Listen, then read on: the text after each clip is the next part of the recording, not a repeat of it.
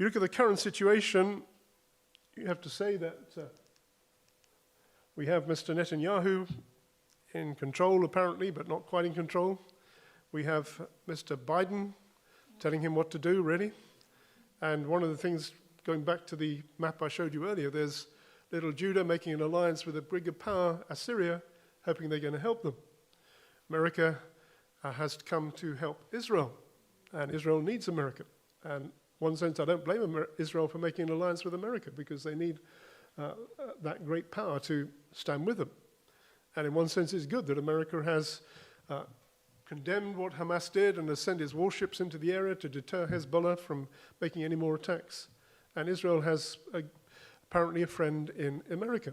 But there is a bit of a but, isn't there? And right now, Mr. Biden is saying that Israel has to have a ceasefire, and he's also talking about a two-state solution as the answer to it. And in one sense, Israel trusts in America, and is America going to be a friend right the way through, or is America going to betray Israel? We'll see. Present situation which has happened is that Israel, having gone into Gaza with the aim to eradicate Hamas and to secure the release of the hostages, two aims. I would say two legitimate aims. Is it possible that those two aims might be combined, or are they actually going to end up being contradictory? Will they secure the release of the hostages, but in the process fail to eradicate Hamas? And that's pretty much what it looks like at the present time, the present agenda. The agreement was made, which brokered by Qatar, Egypt, and the United States for the release of hostages that were seized by Hamas on October the 7th, in return for a pause in the fighting in Gaza.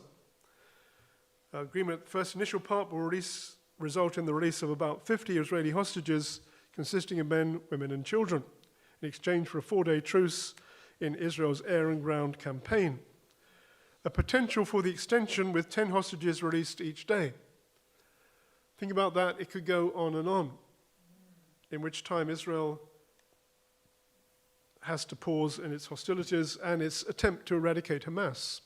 Now, we have to say that at the present time, although it's been terrible to see the suffering of the people in Gaza, that on a military level, Israel's actually done very well in its program to eradicate Hamas. It's made tremendous progress with not too much loss of Israeli life. It managed to dismantle the tunnels, and Hamas is really on the run at this present time. But is this hostage deal good news or bad news? Is it going to help? Obviously, it's good news for the people who are going to be reunited with their families, and you can understand that Israel's under tremendous pressure to accept this deal. Pressure from both the families and also from the United States and the Western world to have a temporary ceasefire in the war with Hamas. We've seen in the last few weeks, a global outcry over what's happened in Gaza with massive demonstrations. You went on a pro-Israel demonstration, but don't you tell you there have been anti-Israel demonstrations in London and around the world. You've seen people being really anti-Israel because of what's taken place in Gaza, and a lot of pressure coming now from the Western world, particularly from the United States. The Biden administration is facing some difficulty at the present time from its Democrat base over its support for Israel, because a lot of them have come to the opposite conclusion. And you've also got a global outcry calling for a ceasefire and a settlement because of the destruction in Gaza and the humanitarian crisis for the Palestinians. So is it a good deal? Actually, a lot of commentators I've read have said it's a very bad deal for Israel's security.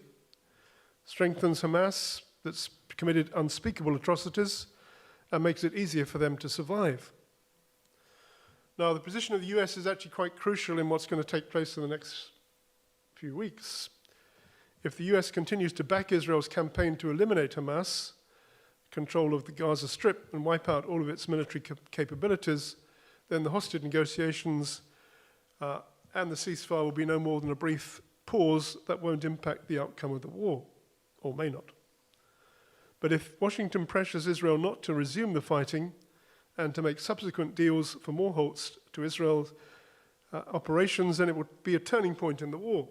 This will mean actually that Hamas will be allowed to get away with mass murder. It will also emerge, however battered and blooded, as the victor of the war. In this genocidal movement began on October the 7th.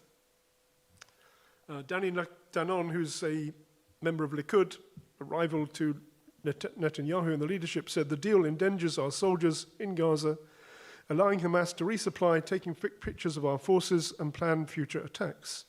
Not only will you have tens of thousands of soldiers in hostile territory, not allowed to move or fire, they'll be vulnerable to ambush.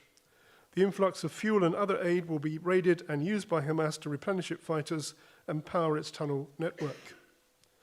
Also sets up a dynamic by which the terrorist group can seek to prolong the ceasefire by bartering more hostages in order to continue such a process over the next few weeks. In this manner, Hamas can install Israel's offensive in Gaza for not just a few days, but perhaps indefinitely. If the hostage negotiations provide Hamas with a path to survival, then it will be more than a blow to the already shaking morale of Israelis. It will not only mean more October the 7th style mass slaughters and more kidnappings of innocent victims. More than that, Hamas and its Iranian funders won't be satisfied with targeting Israel. Their ultimate goal is to do the same in Europe and the United States. If the Americans don't push for Biden to continue supporting a just war on Hamas, then we're dooming Israel as well as Americans to a future of endless Islamist terrorism. I don't know if you followed that, but some people might say that's warmongering, but some people might say, yes, it's actually common sense that Israel has to continue, however unfortunate, however much pain and suffering there is in order to eradicate Hamas. Will they be able to do that? We don't know. But it's certainly made more difficult by the present situation. Now, we've seen protests against Israel, calls for a ceasefire, major demonstrations in London, Europe, Middle East, Asia, United States. And it's becoming a conduit for extreme Jew hatred and desire for the elimination of Israel. These are not peaceful protesters in support of a peaceful Palestinian state. Most of it is becoming extremely ugly and hostile to not just Israel, but also to Jewish community here in London and also in parts of Europe. Same time, we've got global leaders calling for and pleading for a ceasefire and looking for a comprehensive solution to the Middle East crisis. For many people, the subtext of this is actually still the elimination of Israel. The peace process would not be a peace process. It would be more territory being ceded to the Palestinians and the Arabs, who would then use it as a base from which to attack Israel with the aim of eliminating the state of Israel.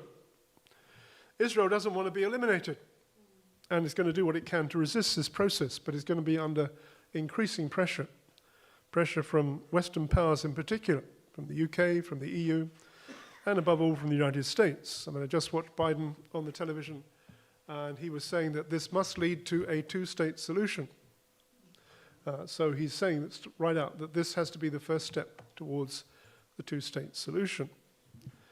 Interestingly, the Egyptian president, al-Sisi, said last week in Cairo, a future Palestinian state could be demilitarized and have a temporary international security presence to provide guarantees to both it and to Israel. We said that we are ready for this state to be demilitarized. There can be no guarantees of forces, whether NATO forces.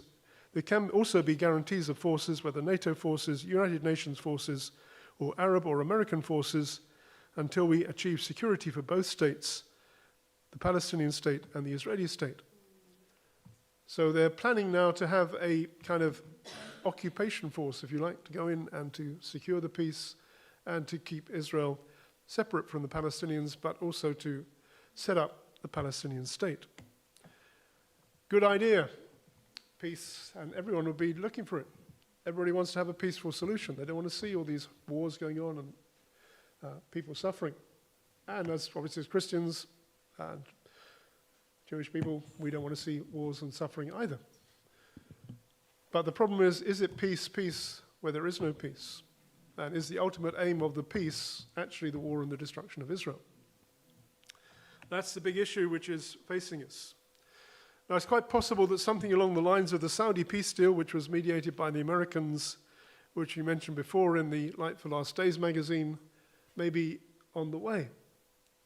It may not if it goes really badly, but it may. Mark Hitchcock, who writes on this subject as a Christian believing in prophecy, he says the temporary peace call is just another peace agreement and a long line of truces and treaties paving the way for the peace that the Antichrist will bring when he comes onto the world scene. Quotes Daniel chapter 9 about the strong covenant which Israel makes with many, which is broken halfway through and leads to the consummation, which is the end, which is the second coming of Jesus. It says this act will catapult the Antichrist onto the global scene in a peace agreement that he will broker with Israel. It will even include the Temple Mount area. He's going to be hailed by the world. You can see that today anyone who could solve this mess in the Middle East will be hailed as a world savior. The world stage is set for this arrival, especially with this condition in Israel and the global outrage which we have seen. So do you think that is a possibility that we could move towards it? Maybe not immediately, but maybe that's a long-term thing. And if they push for a peace process and Israel withdraws without eradicating Hamas, which is quite possible, then you could believe that that's going to be the next thing on the agenda. Mark Hitchcock, actually, who's a pre-tribulation rapture person, he says that this means that the rapture is on its way soon. I'll leave that one with you to think about. But it's interesting that it's happening now. And you look at what's happening, you can see that although it's terrible and horrible, there are certain things which are pushing the world in the direction of the fulfillment of biblical prophecy.